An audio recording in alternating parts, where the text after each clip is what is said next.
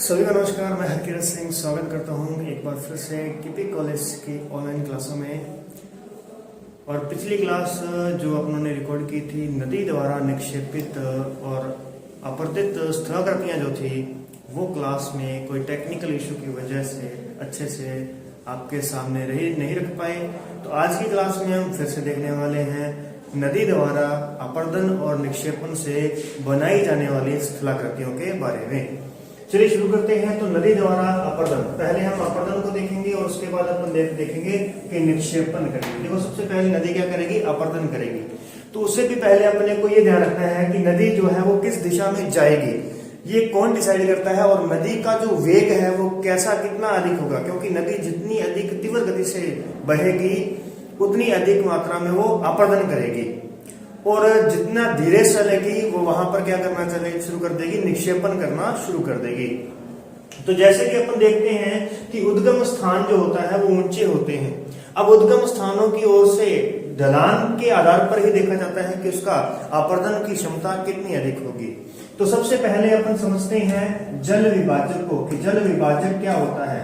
तो ध्यान रखिएगा, जल विभाजक वे पॉइंट होते हैं, वे बिंदु होते हैं जहां से नदी की शुरुआत होती है, जहां से नदी की शुरुआत होती है कि वो किस दिशा की ओर जाएगी। जल विभाजक उसकी दिशा को शो करते हैं। और उसके बाद में देखिएगा, जल विभाजक के बाद में अपन देखते हैं नदी तंत्र के बारे में। उसके बाद क्या देखते हैं? नदी तंत्र। तो नदी तंत्र कैसा होगा? तो ध्यान रखिएगा, सबसे पहले नदी जो बनती है ना, जो अपनी नदी है, और ये नदी जो है ये किस प्रकार से बनी है, किस प्रकार से इस नदी का उद्गम हुआ है, तो ये हमें पता चलेगा कुछ इस प्रकार से कि नदी जो है ये दो शुद्ध नदियों से मिलकर के बनती है। किनसे मिलकर बनती है? शुद्ध नदी से मिलकर के बनती है। शुद्ध नदी से मिलकर क्या बनी? नदी बनती है। और ये जो शुद्ध नदी है ये किससे मिलकर के बनती है? तो ये दो सरिताओं से मिलकर के बनती है। दो सरिताओं से मिलकर के ये जो नदी है ये शुद्ध नदी बनेगी। और जो ये सरिताएं होती हैं, ये कैसे बनती हैं? तो सरिताओं की अगर हम बात करते हैं तो सरिताएं होती हैं ये दो द्रोणियों से मिलकर के बनती है। और जो द्रोणी होती है, जो हमारी ये द्रोणी होती है, ये दो अवनलिकाओं से मिलकर के बनती है। नलिकाएं। तो ये देखिए इस प्रकार से दो अवनलिकाएं जुड़ेंगी तो द्रोणी बनेगी, दो द्रोणियां जुड़ेंगी तो सरिताएं बनेगी, दो सरिताएं जुड़ेंगी तो फिर कौन बनेगा? शुद्ध नदी बनेगी। और दो शुद्ध नदियां मिलेंगी तो एक नदी बनती है। तो ये ध्यान रखेंगे आप इस प्रकार से कि ये अवनालिकाएं हैं, ये क्या है? द्रोणियां हैं। ये द्रोणियां हैं। और उसके बाद में अपन देखते हैं कि ये हमारे पास में सरिताएं हैं, ये दो सरिताएं हैं। और उसके बाद अपन चलते हैं आगे। तो सरिताओं के बाद में देखते हैं कि ये दो हमारे पास में शुद्ध नदियां हैं। ये दो क्या है? शुद्ध नदियां। और इन दो शुद्ध नदियों से मिलकर के अब हमारे पास में क्या बन चुकी है? एक नदी बन चुकी है। और बहुत सारी नदियों से मिलकर के क्या बन जाएगा? नदी तंत्र बन जाएगा। तो एक बात तो इस प्रकार से समझ के रखना। चलिए नेक्स्ट आगे बढ़ते हैं। अब शुरुआत करते हैं स्थल रूपों के बारे में, स्थलाकृतियों के बारे में। नदी निर्मित स्थलाकृतियां, चलिए देखिए।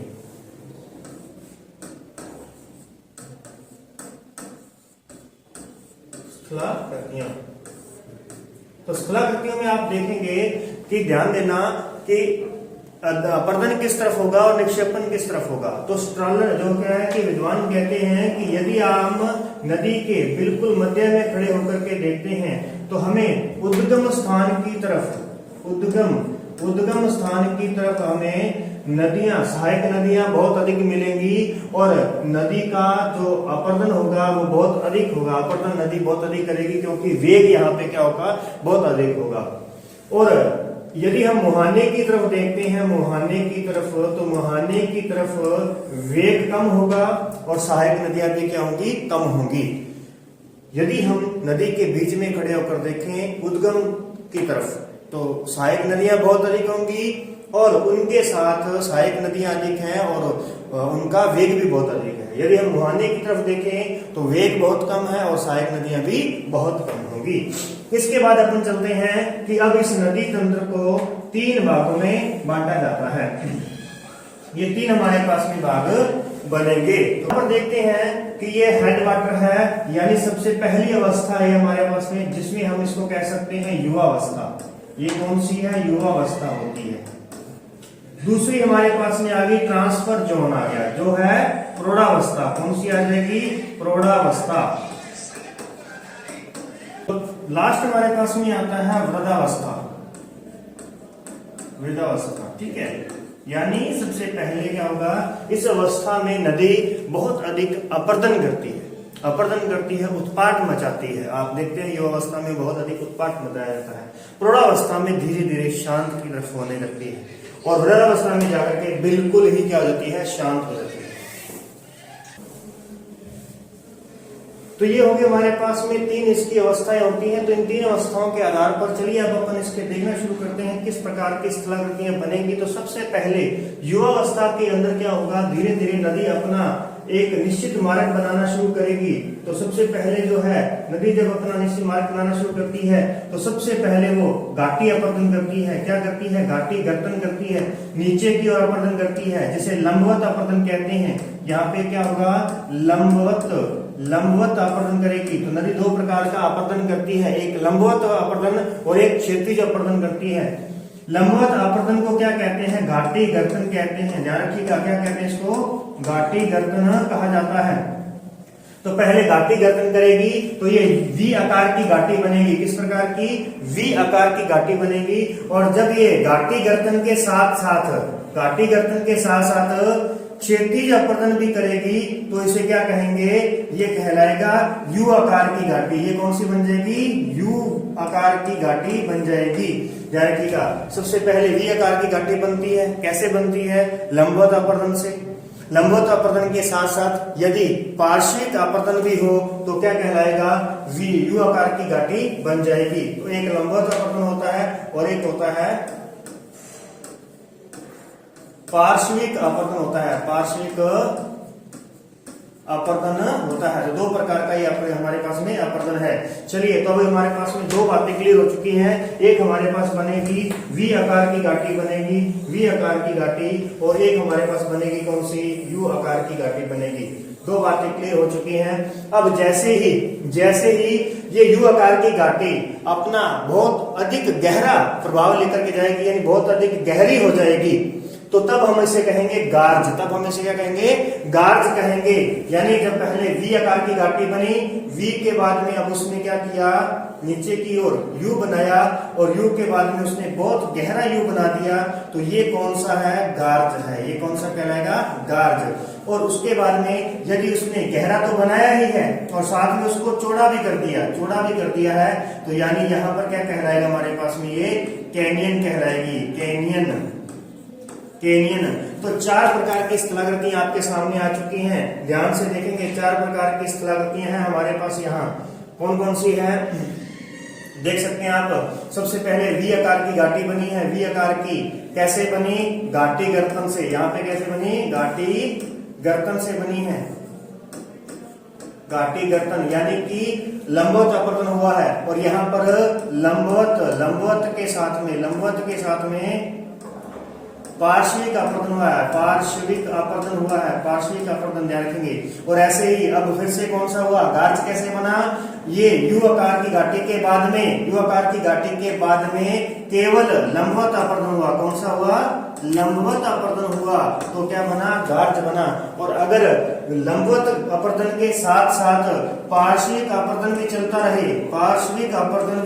रहे तो क्या बन जाएगा? कैनियन बन जाएगी। तो 4 प्रकार की स्थलाकृतियां आप देख सकते हैं। तो यहाँ देखते हैं, ये हमारे पास में गहरा जो है गार्ज बन चुका है। ये क्या बन चुका है? गार्ज बन चुका है, जिसे हम कुछ इस प्रकार से देखेंगे। तो ये देख सकते हैं आप, इस प्रकार से नदी ने इतना गहरा जो है यहाँ पे गार्ज बना दिया है। और इसी गार्ज को यदि वो पार्श्विक अपरदन करके चौड़ा कर देगी, इसको चौड़ा कर देगी, तो ये क्या बन जाएगी? कैनियन बन जाएगी। तो ध्यान रखिएगा, ग्रांड कैनियन, ग्रांड कैनियन जो है, ग्रांड कैनियन ये कहां पर है? ये यूएसए के अंदर है, यूएसए के अंदर है। ये कोलोराडो नदी पर है, कोलोराडो नदी के ऊपर है। कोलोराडो नदी जो है वो यूएसए के अंदर है और विश्व का सबसे बड़ा कैनियन बनाती है जिसका नाम है ग्रांड कैनियन। ठीक है, चलेंगे आगे बढ़ते हैं। अब बात करते हैं, अब हमारे पास में जो स्थलाकृतियां आती हैं, ये इनमें कौन कौन सी स्थलाकृतियां हैं, चलिए चर्चा करते हैं। तो सबसे पहले आप ध्यान रखेंगे, देखिए सबसे पहले मैं आपको बताता हूं कि यदि अपने पास में जो नदी का बहाव चल रहा है, नदी बह रही है इस दिशा में, नदी इस दिशा में बह रही है, तो ये क्या है? इसका उद्गम है। ये कौन है? उद्गम है। और ये कौन है? इसका मुहाना है। उद्गम और मुहाना है। तो अपन क्या करेंगे, देखेंगे यहाँ पर कि यदि इस बीच इस नदी के रास्ते में मुलायम और कठोर चट्टानें, मुलायम और कठोर चट्टानें क्रमशः रूप से जमी हुई हो, क्रमशः रूप से जमी हुई हो, तो ये हमारे पास में कौन सी है? कठोर चट्टान है। ये कठोर चट्टान है, फिर ये मुलायम आ गई और फिर से कौन आ गई? यहाँ पे कठोर चट्टान आ चुकी है। यदि ये क्रमशः रूप से जमी हुई हो तो क्या होता है? यहां से नदी का पानी इसके ऊपर पड़ेगा, इसको तोड़ेगी। इसको तोड़ने के बाद में, पहले वाले को तोड़ने के बाद में अब क्या करेगी? दूसरा जो है मुलायम है। दूसरा कैसा है? ये मुलायम है। ये मुलायम है और ऊपर वाली कठोर है। तो कठोर को बहुत समय बाद तोड़ने के बाद में अब एकदम से मुलायम भी टूट जाएगी।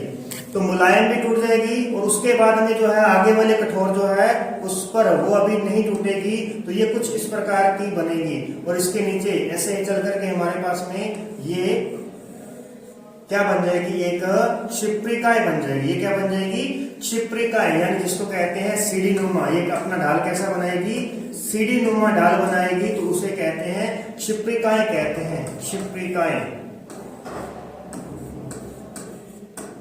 शिप्रिकाओं का निर्माण करेगी। तो आप देख सकते हैं यहाँ पर देख सकते हैं, ये जो है हमारे पास में क्या है? शिप्रिकाओं का निर्माण किया गया है। और यदि यही चट्टानें जो हैं वो नदी के प्रवाह की दिशा में होंगी, कुछ इस प्रकार की चट्टानें होंगी, यानी उनका जमाव जो होगा वो मुहाने की तरफ होगा। उनका झुकाव कैसा होगा? मुहाने की तरफ। इनका झुकाव कैसा है?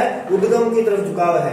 तो मुहाने की तरफ इसका झुकाव जब होगा तब इसको तोड़ने के बाद में ये पानी एकदम से नीचे की ओर गिरेगा। तो एकदम जब नीचे गिरेगा तो तब वो बनाएगा क्या? जलप्रपात बनाएगा। तब क्या बनाएगा? जलप्रपात बनाएगा, वाटरफॉल बनेगा। तो यह बनेगा वाटरफॉल।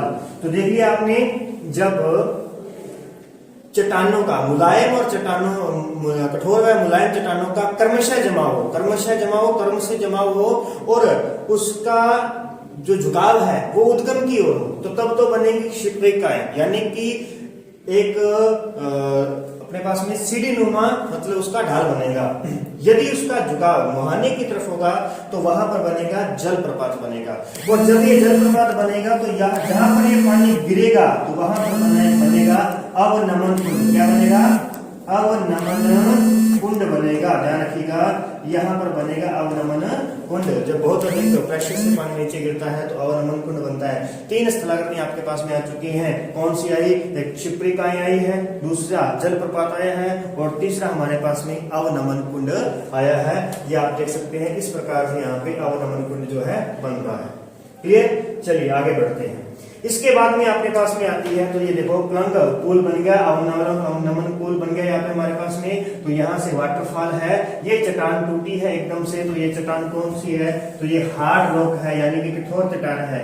तो कठोर चट्टान तो टूटी और टूटने के बाद में ये जो होती है मुलायम चट्टान, ये इसके पानी के घर्षण की वजह से ही यहाँ पर अपरदित हो जाती है। तो इसीलिए ये एक वाटरफॉल बनता है। तो ये कैसा बनता है? जब इस चट्टानों का झुकाव किसकी तरफ हो? मुहाने की तरफ होगा। तो चलिए नेक्स्ट आगे बढ़ते हैं। तो अब आती है हमारे पास में जलग्रतिकाएं। क्या आती हैं? जलग्रतिकाएं आती हैं। जलग्रतिकाएं यानी जब बहते जल के नीचे, बहता जल है नदी का और उसके नीचे कोई छोटा मोटा अवरोध आ जाता है अवरोध आ जाता है, पत्थर आ जाता है, तो उस पत्थर के साथ साथ जल क्या करता है, घूमने लगता है, सर्कल बनाने लगता है, और वो जो कंकड़ पत्थर होते हैं वो उस नीचे वाली मिट्टी को क्या करने लगते हैं, अपर्दित करने लगते हैं, और अपर्दित करने लगते हैं तो नीचे एक खड्डे नुमा यहाँ पर विकसित कर देते हैं या खड्डा बना देते हैं। तो इस खड्डा बनाने से क्या हो जाता है, ये बीच बीच में जो खड्डे बनेंगे जिसे कहते हैं जल ग्रथिकाएं। तो ये कैसे बने, नदी के जल में यदि अवरोध उत्पन्न होता है तो जो जल है, नदी का जल एक भंवर के रूप में घूमने लगता है, एक भंवर के रूप में घूमने लगता है, जो बाद में जाकर क्या बना देता है, जल ग्रथिकाएं बना देता है। तो ये जल ग्रथिकाएं कैसी हो सकती हैं, तो आप देख सकते हैं ये जल ग्रथिकाएं इस प्रकार की भी हो सकती हैं। ये देखो यहां से इस प्रकार से ये जल ग्रथिकाएं बननी शुरू हुई, और ये देखो आप कितना गहराई में चली गई हैं। तो ये जल ग्रथिकाएं हैं, ये जल ग्रथिकाएं हैं। अब जो पानी है वो जल ग्रथिकाओं के अंदर से नीचे से आ रहा है, ऊपर से यानी कि जल ग्रथिकाएं बनी और नीचे से जल ग्रथिकाएं आपस में जुड़ गई तो पानी जो है वो नीचे से ही आ रहा है। तो इस प्रकार से यहाँ पर जल ग्रथिकाएं बन जाती हैं। तो क्या बना, जल ग्रथिकाएं। तो ये इतने हमारे पास में इसके जो कॉन्सेप्ट हो चुके हैं। इसके बाद अपन पहुंचते हैं प्रौढ़ावस्था में। कहाँ पहुंचते हैं, प्रौढ़ावस्था। जब ये कहाँ पहुंच जाती है, तीव्र ढाल को छोड़ करके अब मंद ढाल वाली स्थिति में आती है।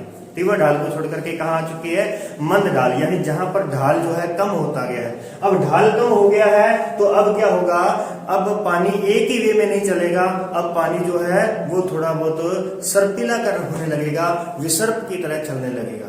तो विसर्पाकार जो चलने वाली नदी थी, सबसे पहले जो नदी देखी गई है विश्व के अंदर, तो वो नदी देखी गई है मियांडर। ठीक है, वो नदी कौन सी देखी गई, मियांडर नदी देखी गई है, जिस वजह से विसर्पाकार मियांडर जो है, मियांडर नदी जो है सबसे पहले विसर्प बनाती देखी गई, विसर्प के रूप में चलती देखी गई। तो इसी कारण से अब कोई भी नदी अगर विसर्प के रूप में बन दिखती है अपने को, तो हम उसे कहते हैं मियांडर। क्या कहते हैं उसको, मियांडर कहा जाता है। तो विसर्पाकार आकार को क्या कहते हैं, मियांडर कहते हैं। तो ये आकार सबसे पहले किस नदी में देखा गया था, तो मियांडर नदी में देखा गया था। तो यहाँ पर हमारे पास में तीन जो है स्थलाकृतियों को देखने की कोशिश करेंगे अपन। कैसे, देखो सबसे पहले मियांडर बना। मियांडर जो बना है ये कैसे, अब ढाल नहीं है तो ढाल नहीं है तो जल घूमता हुआ जाएगा, जल सीधी एक वे में नहीं जाएगा, घूमता हुआ, कभी इधर चला गया कभी इधर चला गया, आराम से चलेगा क्योंकि इसके पास में ढाल ही नहीं है तो चलता जाएगा। अगर ढाल होगा तो फिर उसका फ्लो बना रहेगा सीधा, फिर अपर्दन अधिक होगा। यहाँ अपर्दन बहुत कम होगा, बहुत कम अपर्दन होगा यहाँ पे। तो आप देख सकते हैं इस प्रकार से अमेजन नदी जो है वो इस प्रकार से यहाँ पर यूं चलती है, और यहाँ चलते हुए आप देखेंगे कि ये कुछ पॉइंट जो है ये पीछे रह गया, ये पॉइंट जो है वो पीछे रह चुका है, ये पीछे रह चुका है। तो इसका जो आकार होता है ना, ये गोखुर जैसा होता है। कैसा होता है, गोखुर, यानी गाय का जो खुर होता है उसके जैसा इसका आकार है। तो इसे कहते हैं गोखुर झील। इसे क्या कहते हैं, गोखुर झील। ये कैसे बनती है, तो मियांडर बनने के बाद में, मियांडर बनने के बाद में आप देखेंगे कि ये वाला जल जो है ना, ये इस कोने पर आकर के टकराएगा और यहाँ से मिट्टी का अपर्दन करके उसका जमाव यहाँ पर करेगा। तो यहां से अपर्दित करता जाएगा, इस तरीके से अपर्दित करता गया, और एक समय ऐसा आया कि जब ये नदी का जो रास्ता था वो यही बन गया। नदी का रास्ता इस प्रकार से बन गया, और ये वाला क्षेत्र जो है ये इस मिट्टी के जमाव से क्या हो गया, इससे अलग हो गया। तो तब बन जाएगी गोखुर झील बनेगी। तो इस प्रकार से गोखुर झील की उत्पत्ति होती है, और मियांडर के एक सीधा रूप लेने पर इसकी उत्पत्ति होती है। तो आप इस प्रकार से देख सकेंगे। ये देखिए पहले क्या होगा, सामने यहाँ अपर्दन होगा यहाँ से, और ये मिट्टी का जमाव यहाँ पर जाकर के होगा, और इसी प्रकार से यहाँ पर और गहराई में जाएंगे, और गहराई में यहाँ पर दबाव लगेगा। तो बीच में एक समय ऐसा आएगा जब रास्ता ये सीधा बन जाएगा, तो ये झील अलग हो जाएगी, जिसे कहेंगे गोखुर झील। तो अभी हमने यहाँ पे दो स्थलाकृतियां देखी हैं। विसर्प जो स्थलाकृति होती है उसे मियांडर कहते हैं, और जो झील बनती है उसे अलग होकर के उसे गोखुर कहते हैं, गोखुर झील कहते हैं। तो चलिए देख सकते हैं आप, इस प्रकार से विश्व के अंदर बहुत बड़े बड़े नदियों द्वारा मियांडर जो हैं वो बनाए जाते हैं। और इसमें आप देखेंगे कि ये देखिए यहाँ से रास्ता, ये नदी यहाँ से आ रही है, और इस प्रकार से नदी यहाँ से वापस जा रही है। तो ये बहुत पथरीला इलाका है, जिसका अब इसके बाद में जो टूटना मुश्किल है, इसीलिए ये ऐसे ही बने हुए हैं। वर्तमान में भी इसी तरीके से नदियां यहाँ पर पानी जल बहता है। इसके बाद में आगे चलते हैं तो यहाँ पर आपने देख लिया है कि इस प्रकार का अपना क्षेत्र बनेगा। तो अब आप देखना जरा, नेक्स्ट अपन देखते हैं यहाँ पर अपने पास जो बनेगा। अब कई बार क्या होता है, बाढ़ का पानी जो होता है ये दूर तक चला जाता है, बाढ़ का पानी यहाँ पर दूर तक चला जाता है, और जब ये दूर तक जल जाता है तो वो अपने साथ में मिट्टी लेकर के जाता है। तो नदी का जल कौन सी मिट्टी लेकर के जाता है, तो जलोढ़ मिट्टी लेकर जाता है। कौन सी? जलोढ़ मिट्टी लेकर जाता है। तो यहाँ पर जलोढ़ मिट्टी छोड़ेगा और उसके बाद में फिर से वापस यहाँ पे आगे शुरुआत हो जाएगी, मिट्टी आएगी। तो इस पुरानी जलोढ़ मिट्टी को क्या कहेंगे अपन? बांगर कहेंगे। इसे क्या कहेंगे? बांगर प्रदेश कहेंगे। ये बांगर प्रदेश कहलाएगा। इसे अपन थोड़ा आगे और स्पष्ट रूप से देख सकते हैं। यहाँ पर यहाँ देखिए, यहाँ पर क्या है, जल, नदी का जल यहाँ पर बह रहा है, यहाँ नदी का जल बह रहा है। अब ये नदी में फ्लड आया, फ्लड यानी कि बाढ़ आई। तो बाढ़ आई तो इसका पानी जो है दूर तक गया। जब इसका पानी दूर तक गया तो वहां मिट्टी का निक्षेपण किया, मिट्टी का निक्षेपण किया, और बाद में धीरे धीरे नदी ने वापस अपना रूप वही धारण कर लिया, और इसके बीच में जो मिट्टी यहाँ पर जमा हुई थी ये मिट्टी बन जाती है तटबंध। ये क्या बन जाती है? तटबंध बन जाते हैं। और ये तटबंध क्या करते हैं? बांगर प्रदेश को अलग कर देते हैं। किसको? बांगर प्रदेश को। तो ये जो मिट्टी है ये क्या कहलाएगी? बांगर मिट्टी कहलाएगी। और ये अलग किससे हो रही है? प्राकृतिक तटबंधों के कारण ये अलग हो रही है। तो इतनी बातें आप यहाँ पे समझ के रखना कि हमारे पास में क्या बन चुके हैं? प्राकृतिक तटबंध बन चुके हैं। इसके बाहर की जो मिट्टी होगी ये क्या कहलाएगी? बांगर कहलाएगी। और ये कहलाएंगे प्राकृतिक तटबंध, नेचुरल लीज कहलाएंगे। और इनके साथ में जहां जहां ये मिट्टी दोबारा अपना जमाव करती जाएगी, नदी मिट्टी का जमाव करेगी, उस प्रदेश को खादर प्रदेश कहेंगे। उसे क्या कहेंगे? खादर। तो खादर क्या होता है? नवीन जलोढ़ मिट्टी का प्रदेश। और बांगर क्या होता है? पुरानी जलोढ़ मिट्टी का प्रदेश होता है। ओके, इसके बाद में आगे देखते हैं, नेक्स्ट चलते हैं। अब हमारे पास में अंत में आ चुका है कि नदी के निक्षेपण की बारी आ चुकी है। अब किसकी बात स्थान आ गया? वृद्धावस्था की बात करते हैं। तो वृद्धावस्था, नदी जब खत्म होगी तो वो दो तरीके से खत्म होगी, या तो वो ज्वारनद मुख बनाएगी, ज्वारनद बनाएगी, और या फिर वो डेल्टा बनाएगी। क्या करेगी? डेल्टा का निर्माण करेगी। ज्वारनद जो होता है, ज्वारनद, इसे एस्चुरी कहते हैं, एस्चुरी, एस्चुरी कहते हैं। तो एस्चुरी का निर्माण करेगी। ये कब होता है एस्चुरी का निर्माण? जब ढाल बहुत तीव्र होता है, जब अंत में महासागरों में मिलते समय ढाल बहुत अधिक तीव्र होगा ना, तीव्र होगा, तब यहाँ पर एस्चुरी का निर्माण होगा। और जब ढाल बहुत अधिक मंद होगा, कैसा होगा? मंद ढाल होगा, तब क्या बनेगा? डेल्टा बनेगा। और तीव्र ढाल होगा तो क्या बनेगा? एस्चुरी बनेगी। पहली बात तो ये होगी, क्योंकि जब तीव्र ढाल होगा अंत में, तो नदी के साथ में जो पदार्थ आया है उसको निक्षेपित, एक जगह पर निक्षेपित करने का मौका नहीं मिलेगा, वो सीधा ही उसको समुद्र में मिल जाएगी। तो इसीलिए यहाँ पे एस्चुरी बनेगी, यानी किसी प्रकार की कोई निक्षेपण स्थलाकृति नहीं बनेगी। लेकिन जब ढाल मंद होता है ना, तो जो भी साथ में इसके अपर्दित करके लाया गया पदार्थ है वो नदी अपने मुहाने पर ही छोड़ना शुरू कर देती है, अपने मुहाने पर ही छोड़ना शुरू कर देती है, जिसे डेल्टा कहते हैं। जिसे क्या कहते हैं? डेल्टा कहते हैं। अब ये डेल्टा भी अलग अलग प्रकार का हो सकता है, ये भी ढाल के आधार पर अलग अलग हो सकता है। अगर ढाल डेल्टा बन रहा है, निक्षेपण हो रहा है, अगर यहाँ पर ढाल थोड़ा सा तीव्र है तो क्या होगा? नदी जो देखिए जरा, तब क्या होगा? नदी इसके ऊपर से कटाव करके इस डेल्टा को तो आगे बढ़ जाएगी, आगे बढ़ेगी। तो यहाँ पर जो डेल्टा बनेगा हमारे पास में वो किस प्रकार का है? तो चलिए देखते हैं। यहाँ हमारे पास में आगे चलते हैं तो डेल्टे के प्रकार आ जाएंगे। यहाँ देखिए, अब इस क्षेत्र में यहाँ पर देख सकते हैं आप, तो ये डेल्टा कैसा बना है? ये चापाकार डेल्टा बना है। ये कौन सा है? चापाकार डेल्टा है। यानी जब नदी का बहाव एक जैसा ही है, मतलब ज्यादा तीव्र नहीं है, यहाँ पे ढलान तीव्र नहीं है। और जब ढलान तीव्र होगा तब ये कैसा बनेगा? पंजाकार बनेगा, पक्षी पंजाकार यहाँ पर डेल्टा बनेगा। पक्षी के पंज के रूप में डेल्टा बनता है। तो ये कब बनता है? जब ढाल इसकी तुलना में, डेल्टा की बात कर रहे हैं अपन, कि जब अंतिम मुहाने की बात करें, अंतिम मुहाने पर जब नदी समुद्र में मिल रही है तो तीव्र ढाल रहेगा तो एस्चुरी बनेगी, मंद ढाल रहेगा तो डेल्टा बनेगा। ठीक है। अब मंद के अंदर भी दो प्रकार से, अगर थोड़ा सा तीव्र है ढाल तो क्या बन गया? पंजाकार डेल्टा बनेगा, पंजाकार। और अगर थोड़ा सा मंद है तो क्या बनेगा? चापाकार डेल्टा बनेगा। तो इस प्रकार से हमारे पास में ये डेल्टे बनते हैं। तो यहाँ पर आप देख सकते हैं ये हमारे पास में डेल्टा बन गया अंडाकार, ठीक है। तो इस प्रकार से तो ये थे हमारे पास में नदी निक्षेपित व अपरदित स्थलाकृतियां। तो अयोग के आपको अच्छी तरीके से समझ में आया होगा। पिछली क्लास में हमने पवन के द्वारा आपर्तन निक्षेपण को देखा था। नेक्स्ट क्लास के अंदर हम हिमानी से आपर्तन व निक्षेपण की बात करेंगे। तो मिलते हैं नेक्स्ट वीडियो के अंदर, तब तक के लिए जय हिंद।